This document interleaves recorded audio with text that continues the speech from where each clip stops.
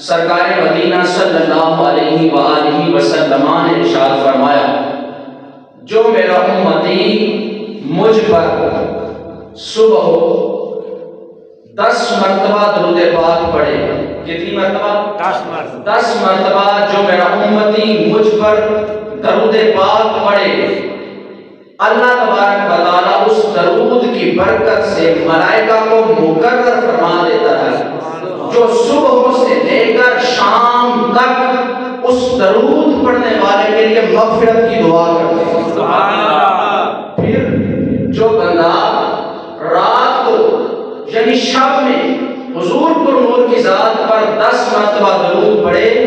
پھر اللہ ملائکہ کو مقرر فرما دیتا ہے اور وہ ملائکہ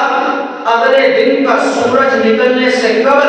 تک اس بندے کے لیے دعائیں مغفرت کرتے رہتے ہیں جس نے حضور پر